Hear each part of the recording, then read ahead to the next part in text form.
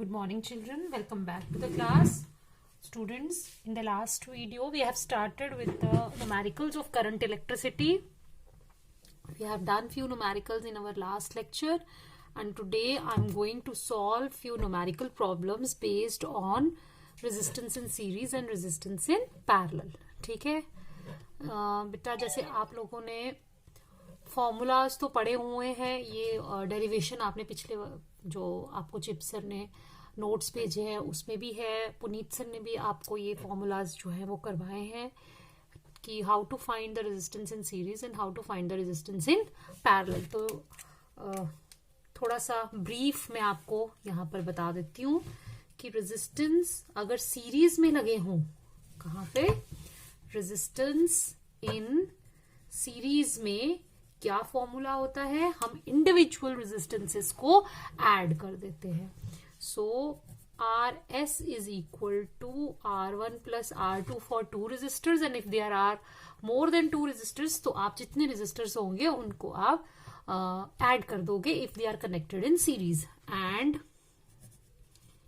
if the resistance in parallel, तो उसमें हमारा रेसिप्रोकल फॉर्मूला लगता है, that is 1/RP is equal to 1/R1 plus 1/R2। ठीक है, अभी जब आप लोग ये प्रॉब्लम सॉल्व करोगे तो आपको खुद ब खुद पता चल जाएगा कि कैसे हम लोगों ने सर्किट प्रॉब्लम्स को सिंप्लीफाई करते जाना होता है और उनमें इक्विवेलेंट रेजिस्टेंस फाइंड आउट करनी है। तो first of all will take the problem number 1 and that is find in the given network of resistors the equivalent resistance between the points A and B, between the points A and D and between A and C.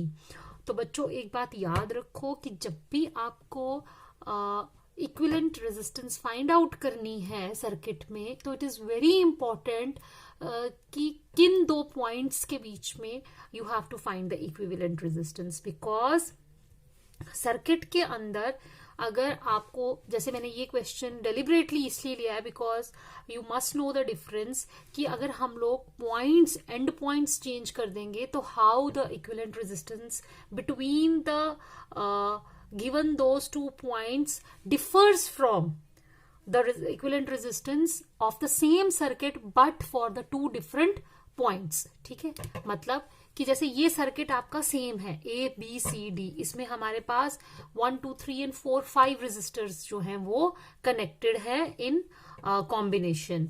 ठीक है, तो आपको A और B के बीच में resistance निकालने को कहा गया है, मींस इन दो पॉइंट्स के बीच में रेजिस्टेंस निकालने को कहा गया है। फिर आपको A और D के इन दो पॉइंट्स के बीच में निकालने को कहा गया, और फिर A और C के बीच में निकालने को कहा गया। तो इक्विवेलेंट रेजिस्टेंस इन तीनों ही प्रॉब्लम्स के लिए, तीनों ही केसेस के लिए डिफरेंट रहेगी।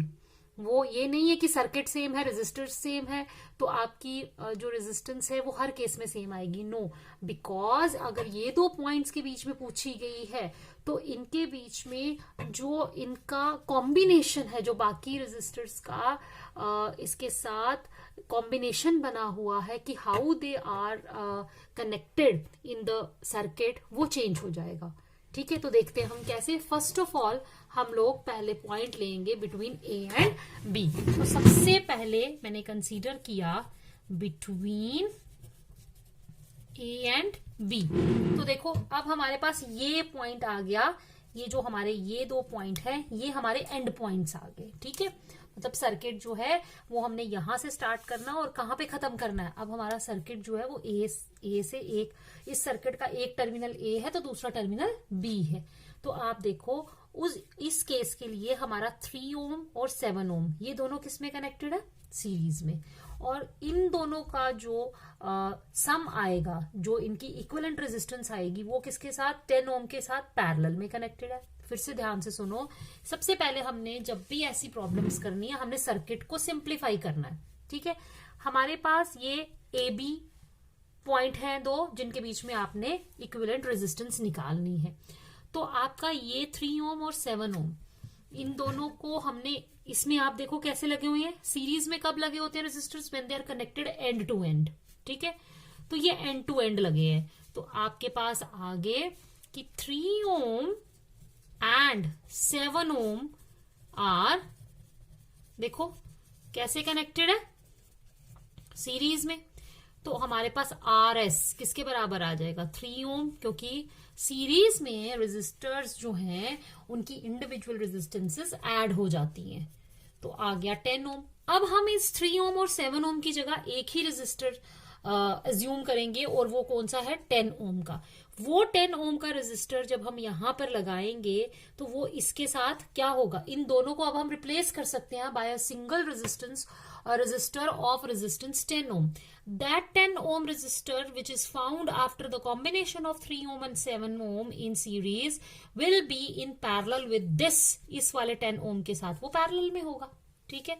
Therefore parallel जो आएगा वो आएगा 1/10 plus 1/10, that is 2/10, that is 1/5. It implies कि अब आपकी जो पैरेलल वाली, मतलब ये और ये दोनों सीरीज में, इन दोनों का जो सम आएगा वो इसके साथ पैरेलल में, और अब जो इनका इक्विवेलेंट, इन तीनों का जो इक्विवेलेंट रेजिस्टेंस आया वो है 5 ओम में, वो है 5 ओम। तो 5 ओम, अब ये 1 2 3 हम इन तीनों को हटा देंगे और यहां पर एक ही सिंगल रेजिस्टर आएगा जिसकी रेजिस्टेंस होगी 5 ओम।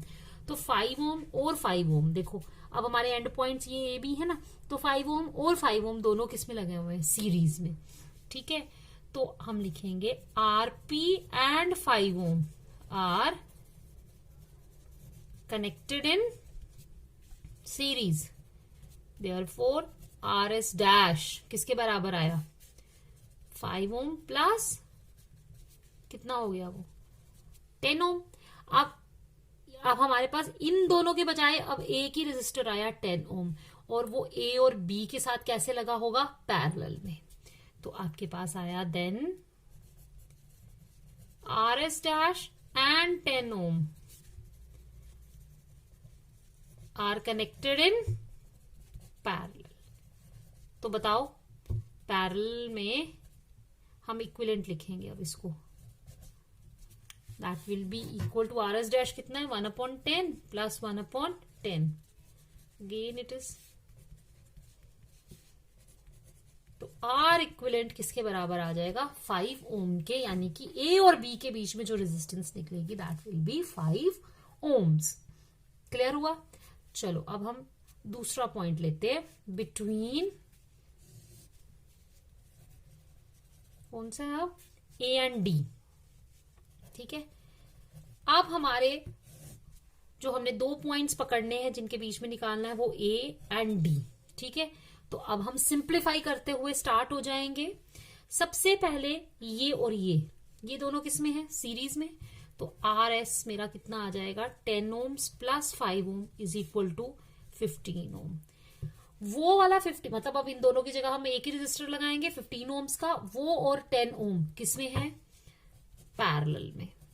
तो 1/10 प्लस 1/15, एलसीएम आएगा 32 प्लस 3 प्लस 2 कितना आया 5/30 is equal to 1/6। It implies RP कितना आया 6 ओम, यानी 1 2 3 तीनों रेजिस्टर हमारे रिप्लेस हो गए, इसकी जगह एक ही रेजिस्टर हम लगाएंगे, उसकी रेजिस्टेंस कितनी होगी 6 ओम। अब देखो ये वाला 6 ओम और ये 7 ओम किस में है, सीरीज में, तो 6 ohm and 7 Om are in किस में आएंगे, सीरीज में। तो आपके पास आर एस डैश निकल गया 6 ohm plus 7 ohm is equal to 13 ohm, ठीक है। अब 13 ओम यहां पर, मतलब इसकी जगह अब 1 2 3 चारों की जगह एक ही रेजिस्टर आया 13 ओम का, और वो 13 ओम इसके साथ कैसे लगा हुआ है, पैरेलल में। क्यों, देखो एक इनके एंड पॉइंट्स ये हैं, ठीक है, इसके साइड टू साइड नहीं लगा है, बल्कि कॉमन टर्मिनल। पैरेलल में कब लगता है, जब दो रेजिस्टर्स ऐसे, ये देखो ये और ये आ गया मेरा पैरेलल कॉम्बिनेशन, मतलब ये ए है ये बी है, ठीक है। ये एक रेजिस्टर मेरा यहां पर देखो, इसके भी इसका भी टर्मिनल एक ए के पास है, इसका भी एक टर्मिनल ए के पास है, ये सपोज मेरा R1 है, ये R2 है, इसका भी एक टर्मिनल बी के पास है, इसका भी एक टर्मिनल बी के पास है। तो आप देखो हमारे पास ये 3 ओम है और एक 13 ओम का रेजिस्टर इन चारों की जगह लग गया, उसका 13 ओम का भी एक टर्मिनल डी के पास होगा और एक टर्मिनल ए के पास होगा, तो वो दोनों किसमें कनेक्टेड है, पैरेलल में। ठीक है, तो आपके पास आ गया 1/R equivalent is equal to 1/3 plus 1/13। LCM आ गया 39, ये आया 13 प्लस 3 17/30। डिप्लॉयज आर इक्विवेलेंट कितनी होगी, 39/70। I hope it is clear. अब आ जाओ, हमारा एक पॉइंट और बचा है, वो है ए एंड सी। अब हमारे जो एंड टर्मिनल्स आएंगे वो कौन से होंगे, एक होगा ए और एक होगा सी। तो हम लिखेंगे बिटवीन ए एंड सी। ध्यान से देखो, ये आसान है, ये और ये सीरीज में, ठीक है, और इन दोनों की जगह एक आ जाएगा, ये और ये सीरीज में इन दोनों की जगह एक आ जाएगा। तो आपके तीन जो आएंगे इस केस में, देखो मैं डायग्रामेटिकली आपको बता देती हूं। एक आ गया, ये आ गया आपका पॉइंट ए, ठीक है, ये पॉइंट आ गया सी। इन दोनों के बीच में क्या लगा हुआ है, 10 ओम का। ये और ये दोनों सीरीज में है, तो ये भी हमारा 10 ओम का आ गया। ये और ये किस में लगे हुए हैं, ये भी सीरीज में है। ये इसका इक्विवेलेंट रेजिस्टेंस कितना आया, 15, और ये मेरा आ गया एक 15 ओम का रेजिस्टर। देखो आप, तीनों के एक एक टर्मिनल ए के पास है, तीनों का दूसरा दूसरा टर्मिनल सी के पास है, तो कैसे कनेक्टेड है ये, पैरेलल में। तो इनकी हमारी आर पी यानी आर इक्विवेलेंट निकलेगा 1/10 प्लस 1/15। एलसीएम आ गया 30।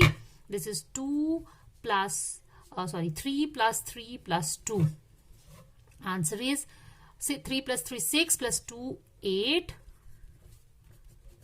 ठीक है, तो it implies 30/8, it is 15/4 ohms. तो आपने देखा पॉइंट्स चेंज होने से, एंड पॉइंट्स चेंज होने से कैसे वैल्यूज जो हैं रेजिस्टेंस की वो चेंज होती हैं। आई होप कि एक क्वेश्चन में आपको बेसिक जो है, इस पहले क्वेश्चन से आपको थोड़ा बहुत अभी पता चल गया होगा। बिकॉज इन क्वेश्चंस का क्या है कि जितनी आप प्रैक्टिस करेंगे, the more you practice the more perfect you become.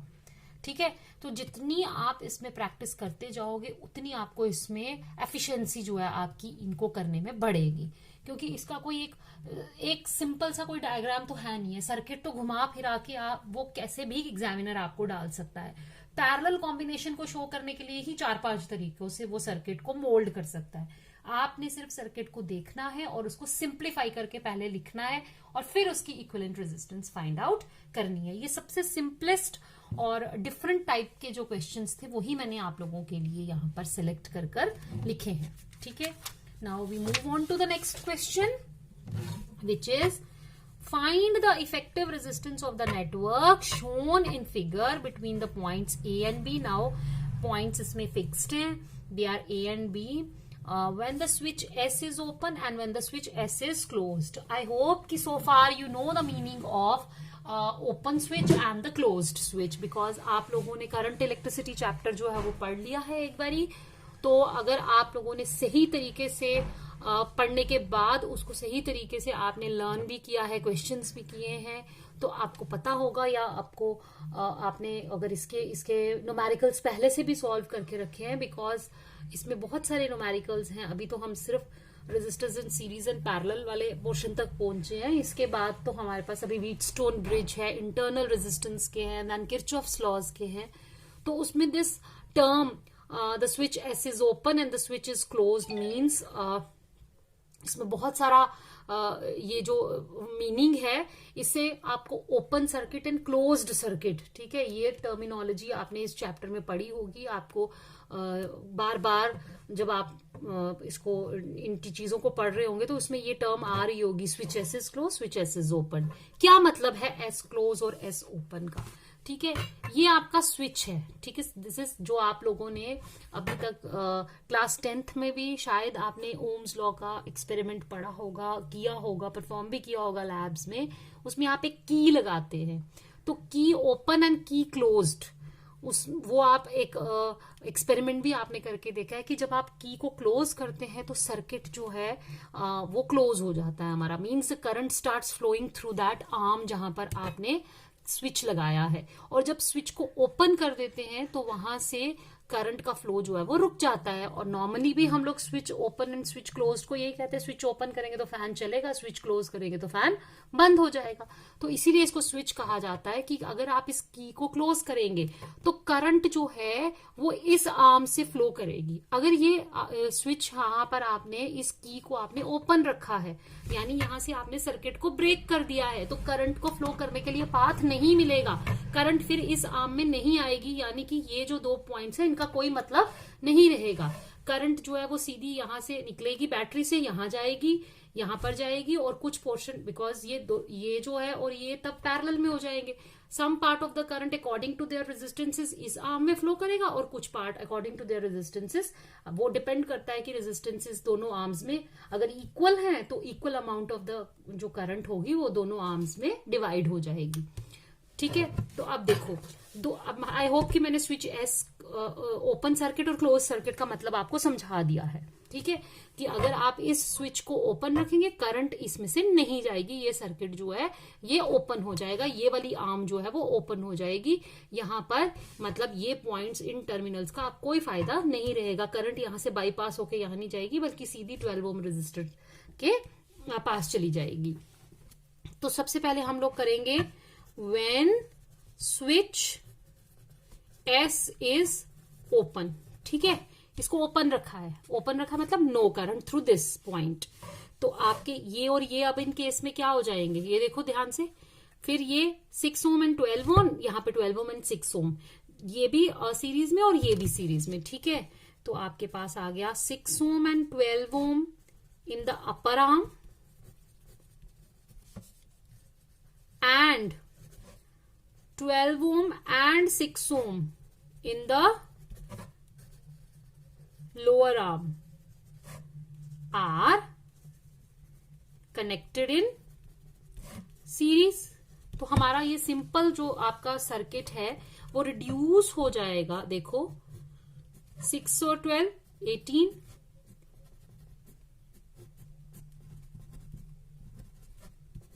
ये 18 ओम और ये भी 18 ओम। अब 18 ओम के जो 2 रेजिस्टर हैं वो किसमें कनेक्ट हुए हैं, पैरेलल में। तो हमारे पास इक्विवेलेंट रेजिस्टेंस इस केस में निकलेगी 1/18 plus 1/18, that will be 2/18, that will be 1/9। Therefore R equivalent किसके बराबर आ जाएगा, 9 ohms. Clear. Now suppose next part क्या है हमारा, स्विच एस इज क्लोज्ड। अब अगर स्विच एस मैंने क्लोज कर दिया तो करंट के लिए एक पाथ ये भी है। ठीक है, तो अब आपका सर्किट जो है वो कैसा होगा, वो ये 2 रेजिस्टर और ये 2 रेजिस्टर, ठीक है, ये और ये रेजिस्टर जो है वो पैरेलल में है, ये और ये भी अलग से पैरेलल में है, और जो इनके इक्विवेलेंट रेजिस्टर है रेजिस्टेंसेस हैं वो आपस में कैसे लगी हुई हैं, सीरीज में। तो देखो हम इसको कैसे अब करेंगे। अब अगर स्विच एस जो है हमारा क्या है, क्लोज्ड, तो हम लिखेंगे when switch S is closed. ठीक है, उस समय आपका सर्किट कैसा बनेगा कि आपका ये ए आ गया, ठीक है,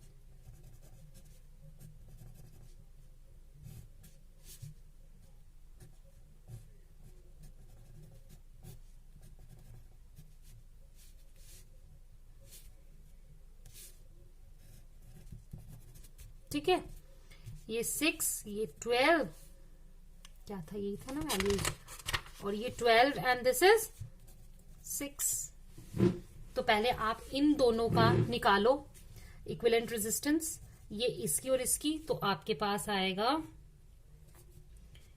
1/RP is equal to 1/6 plus 1/12, LCM है 12, ये आया 2 + 1, 3/12, 1/4। इट एम्प्लॉयज आरपी कितना है। सिमिलरली इन दोनों का भी निकालो, आरपी डैश भी क्या आएगा 4 ओम। तो देखो अब ये 4 ओम, ये 4 ओम, ये किसमें लगे हैं अब सीरीज में। Therefore R equivalent will be 4 ohm plus 4 ohm is equal to 8 ohm। देखा कैसे निकला answer? Clear? Now we move on to our third question, जिस देखो एक ये नेटवर्क दिया है हमें, बहुत इंपॉर्टेंट है ये क्वेश्चन बिकॉज मैंने बहुत सारे क्वेश्चन पेपर्स में ये क्वेश्चन देखा है। इवन एक बुक में तो मैंने देखा है this question has been asked for IIT, मगर आईआईटी के हिसाब से तो ये बड़ी सिंपल प्रॉब्लम है। May be some years back ये क्वेश्चन पूछा गया हो आईआईटी में, तो आप प्लीज इसको थोड़ा सा ध्यान से देखिए, ये बहुत सिंपल है। It is find the effective resistance between the points A and B. तो आपको पता है आपके एंड पॉइंट्स क्या दे रखे हैं, A and B. Effective resistance इन दोनों के बीच में निकालनी है। तो सबसे पहले आप देखो, ये हम लोग जहां से सिंपल सर्किट होते हैं वहीं से स्टार्ट करते हैं। ये देखो, ये 3 ohm and 3 ohm, they are connected in series, ठीक है। तो आपके पास आर एस आ गया 3 ohm plus 3 ohm and that is equal to 6 ohm. अब देखो ये वाला, ये 6 ओम, इन दोनों की जगह मैं क्या लिख सकती हूं अब 6 ohm. This 6 ohm and this 6 ohm they are connected in parallel. तो आपके पास आ गया it is equal to 1/6 plus 1/6, कितना आ गया 2/6, 1/3। देयरफॉर आरपी कितना आया 3 ओम। मतलब अब मैं ये जो मेरे तीन रेजिस्टर आए, ये तीनों, इनको मैं रिप्लेस कर सकती हूँ 3 ओम से, ठीक है। अब मेरे पास फिर से वही कंडीशन आ गई, 3 एंड 3 ये किसमें कनेक्टेड है सीरीज में, ठीक है। इसका मतलब आर एस डैश अगेन मेरा किसके बराबर आया 6 ओम। अब ये 6 ओम और ये 6 ओम ये किसमें कनेक्टेड है पैरेलल में, तो मेरा आर पी डैश फिर से किसमें आया 3 ओम, ठीक है। अब मेरा ये पूरा सर्किट, यानी कि यहां से आप देखो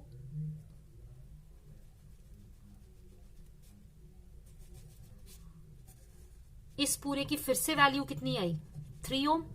अब 3 ओम और 3 ओम अगेन किसमें कनेक्टेड हैं सीरीज में, तो आर एस डबल डैश कितना आया 6 ओम। फिर वो ये देखो ना, ये आ गया ना पूरा 3 और 3, फिर वो 6 ओम और ये 6 ओम किसमें कनेक्टेड है पैरेलल में, तो वो फिर से आ गया मेरा कितना 3 ओम। अब मैं ये देखो यहां से लेकर यहां तक का मेरा पूरा सर्किट जो है इसकी रेजिस्टेंस निकलती है 3 ohm, and this 3 ohm and 3 ohm they are connected in series, triple dash, that will be equal to 6 ohm. अब देखो, अब आया फाइनल, ये पॉइंट ये बी है और ये क्या है ए, ये 3 ओम लगा और 6 ओम जो है वो इसके साथ कनेक्टेड है यहां से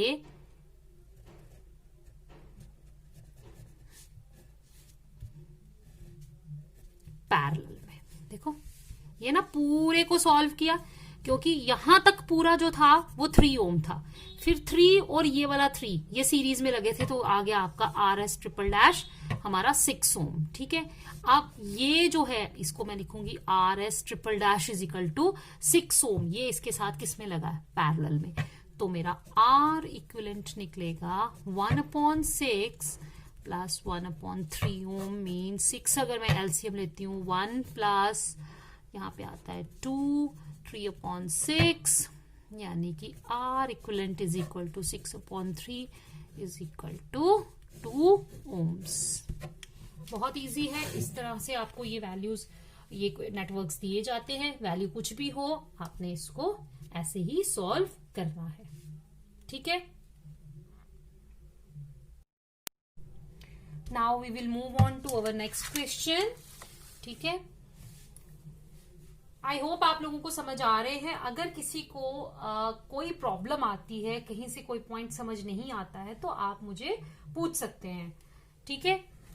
I have tried my best to make these questions as simple as it can be for you, but in case अगर आपको फिर भी कहीं पर कोई डिफिकल्टी आती है, आपको लगता है कि आपको कोई चीज समझ नहीं आ रही है, you are free to ask मी।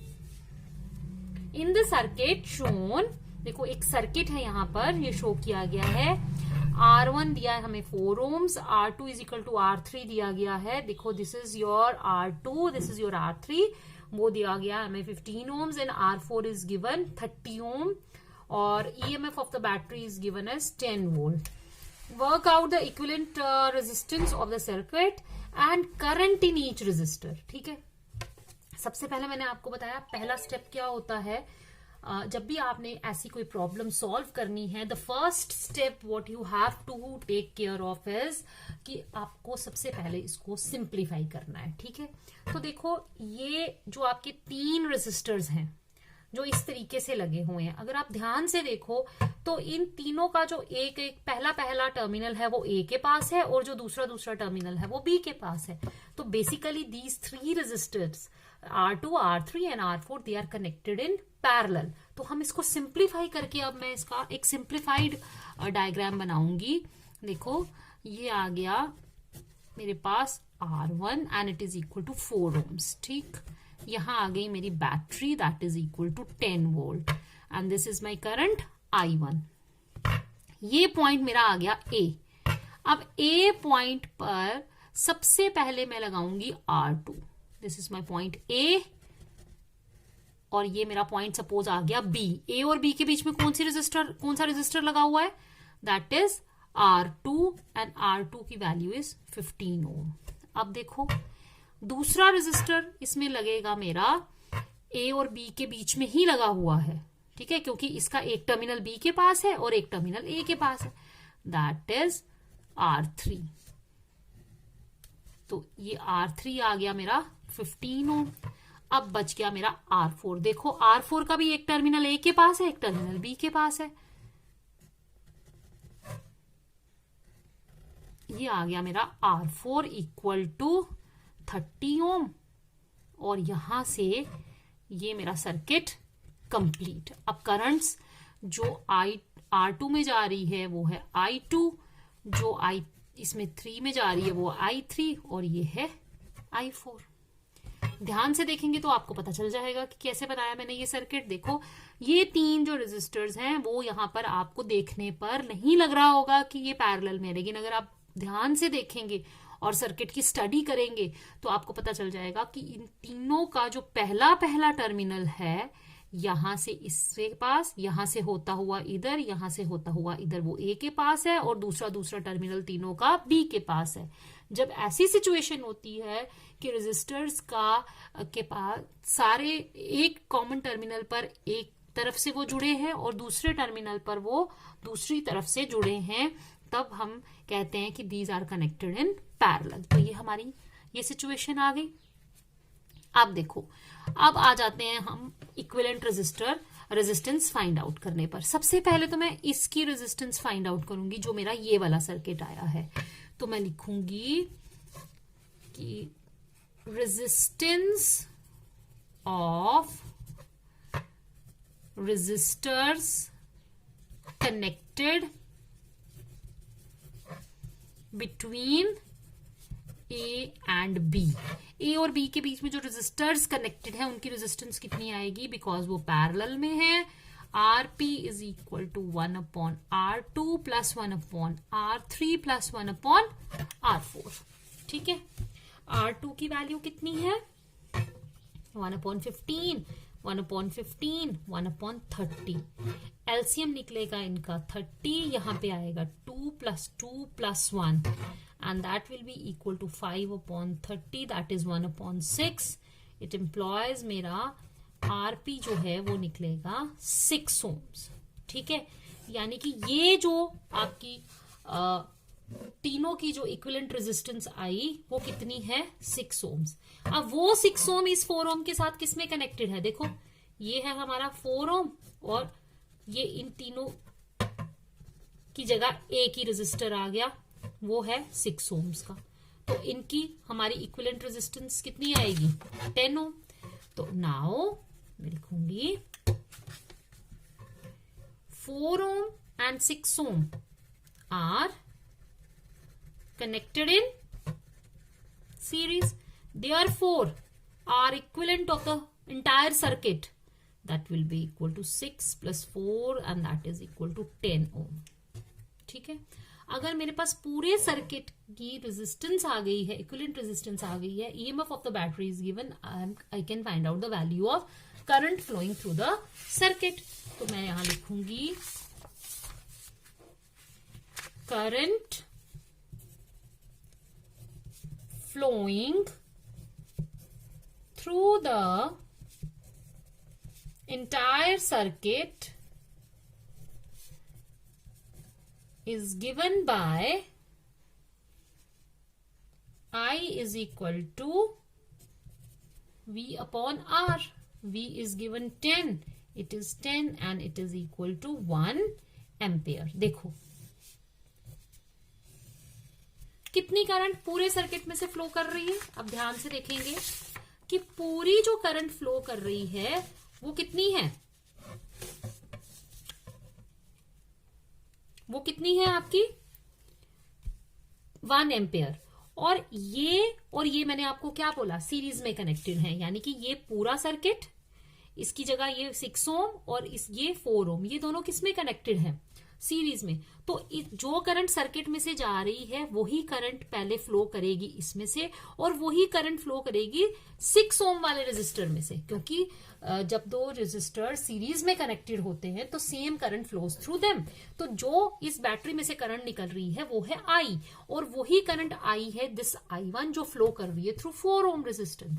अब यही करंट जो है कितनी 1 एम्पेयर की वो फ्लो करेगी इस पूरे सर्किट में. कौन से, ए और बी के बीच के सर्किट में. ठीक है, तो हम यहां पर मैं यहां लिखूंगी so current I1 is the current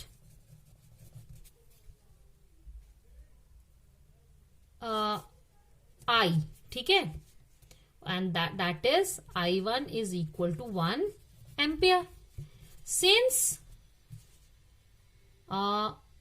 6 ohm resistor, जो कि इसमें आपको नजर नहीं आ रहा सर्किट में, लेकिन वो 6 ओम रेजिस्टर कौन सा है जो कि वो पैरेलल के बाद हमने निकाला है, इज कनेक्टेड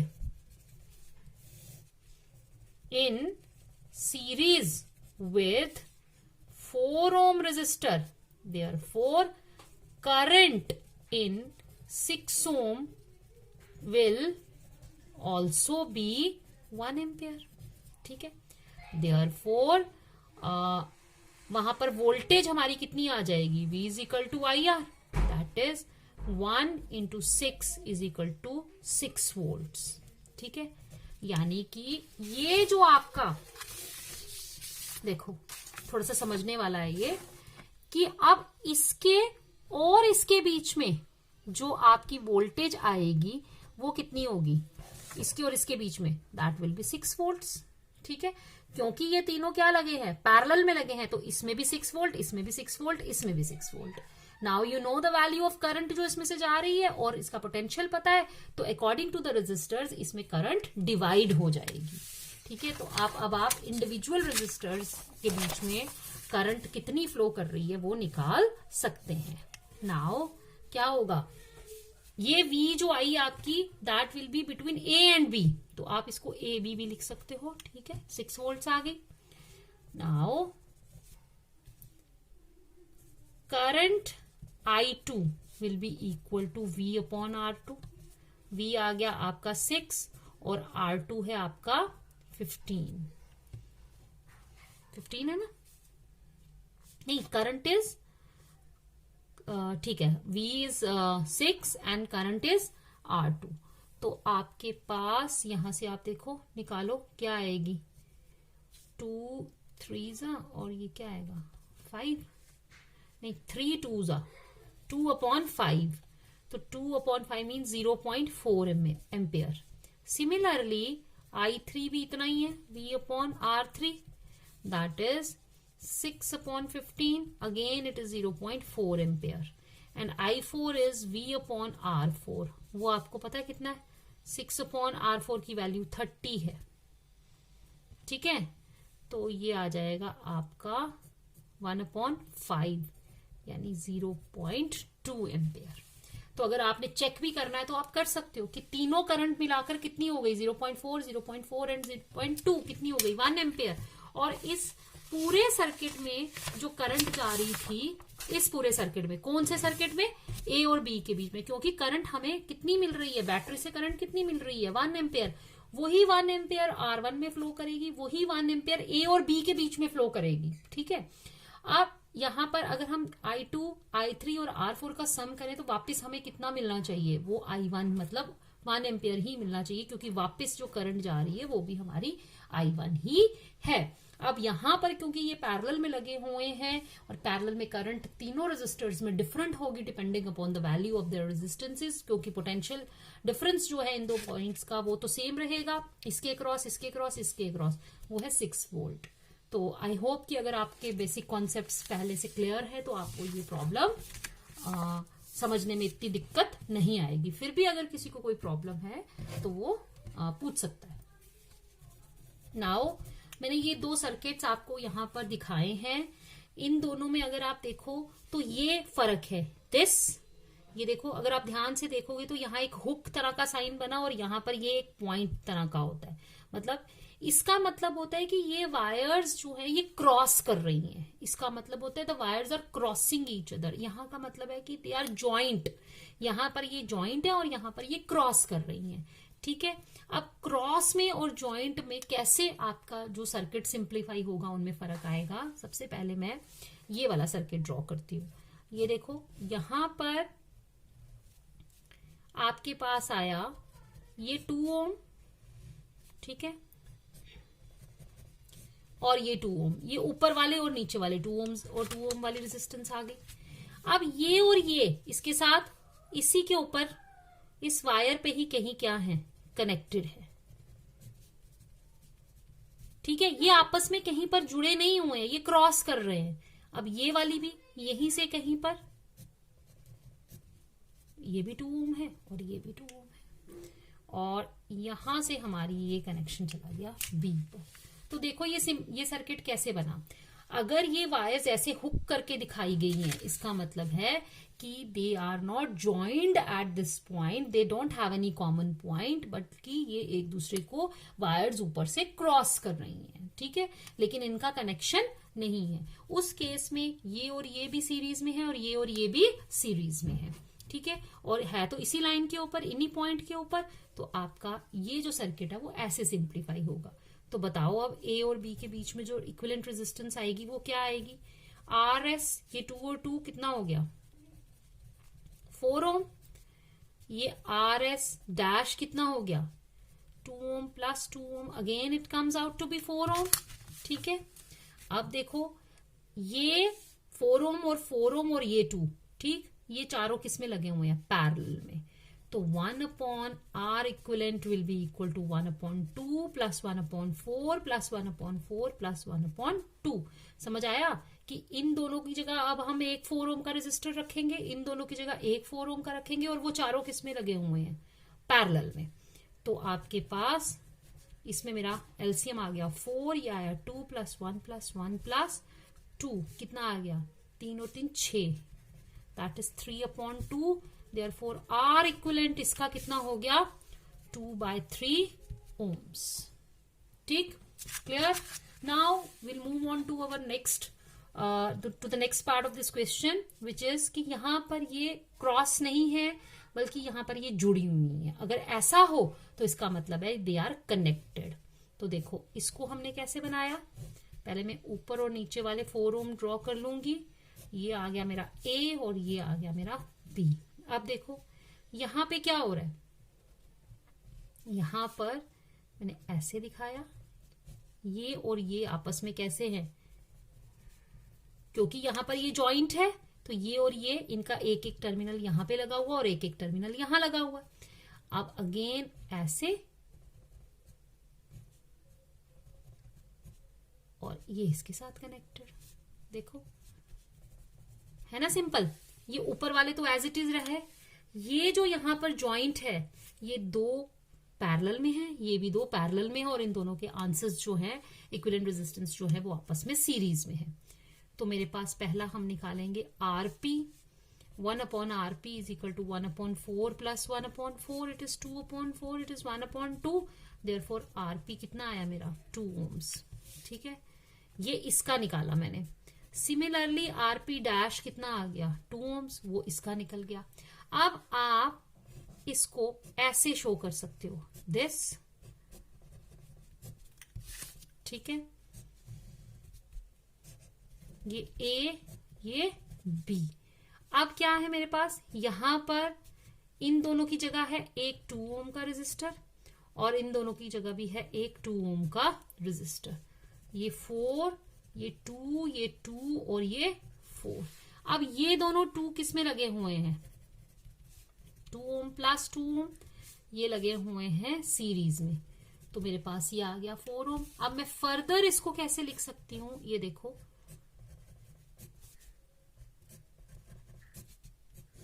और इन दोनों की जगह एक और रेजिस्टर आ गया, वो भी 4 ohm का। अब देखो 4 4 4, ठीक है, तो इसका मतलब है ये तीनों किसमें है, पैरेलल में। तो आर इक्विवेलेंट किसके बराबर आएगा, क्लियर, इट इज देयरफॉर